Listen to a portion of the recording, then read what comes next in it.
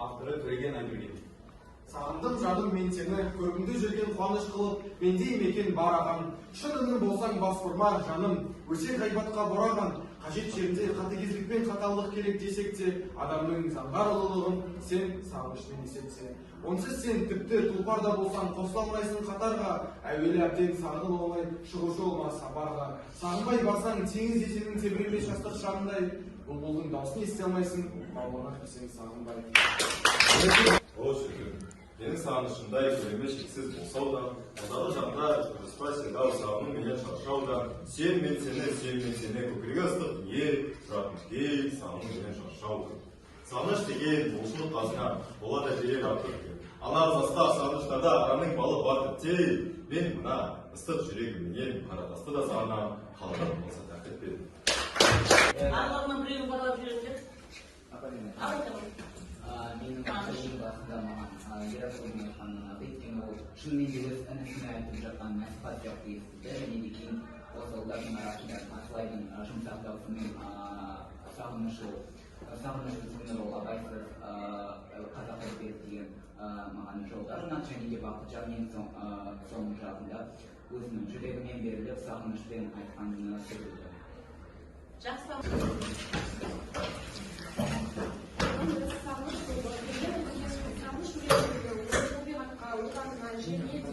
Сағынышым қош сырмен бекемдеп көрсетемін.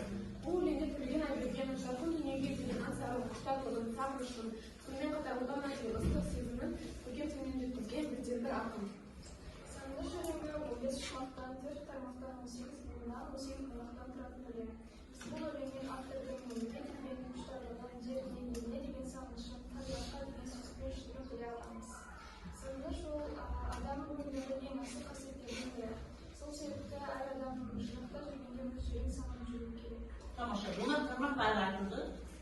Ақын өзінің бұл дүниеге деген сағынышының көлемі шексіз екендігін айта келе, көкірегі ыстық бер дүниенің сүйетіндігін, оның сағыныш пен аңсаудан тұратындығын көркем тілмен жеткізе білген.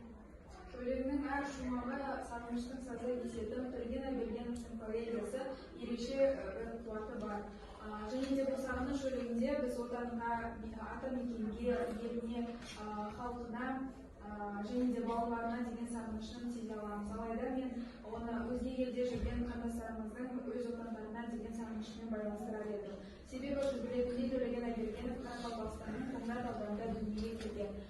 Және де бұл сағыныш өлеңінде өзінің отанына деген мысалы, мен мынау жүрегіменен қара тасты да сағынам, қаланып қалса тәртіппен атты өлең жолдарында өзінің отанына деген шынайы махаббатын мен сағынышын сезсе болады. Жақсы. Елімізге қайтып оралған қандастарымыз туралы солдаттар туралы. Мысалы, атақты қандастарымыздың бірі ол Қанат Ислам, кәсіпқой боксшы. Ол Қытайда дүниеге келген, Қытайдың дүркін чемпиондарының бірі. Алайда 2010 жылы азаматтығын ауыстырып, өз ата-мекеніне оралып, ары қарай кәсібін жалғастырып жатыр. Және де Майра Мұхамедқызы, ол кісі Қытайдың Құлжа қаласында дүниеге келген. Қазіргі атақты да әйгілі Қырғызстанға келіп, атақты да әйгілі опера әншісі болып, көптеген лауреаттарға мен сыйлықтарға ие болды. Оған қоса кететін табиғат тіршіліктің бесігі. Табиғатқа байланысты біз өзіміздің тобымыздың артымыздан өрен болдық. Табиғаттың заңдылығы бір ғажап қой, көркемдігін сипаттайтын сөз жеткенде. Табиғаттың сұлулығына қарап тамсанасың, құстардың шиқылдағанының даусынан дем аласың. Жақсы.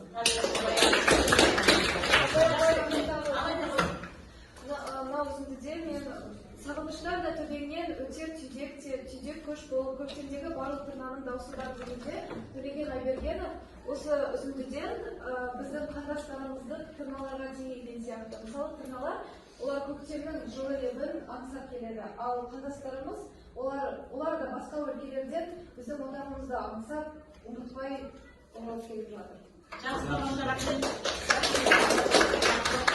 Олай болса, бір сәткала сөйлесіп сәті.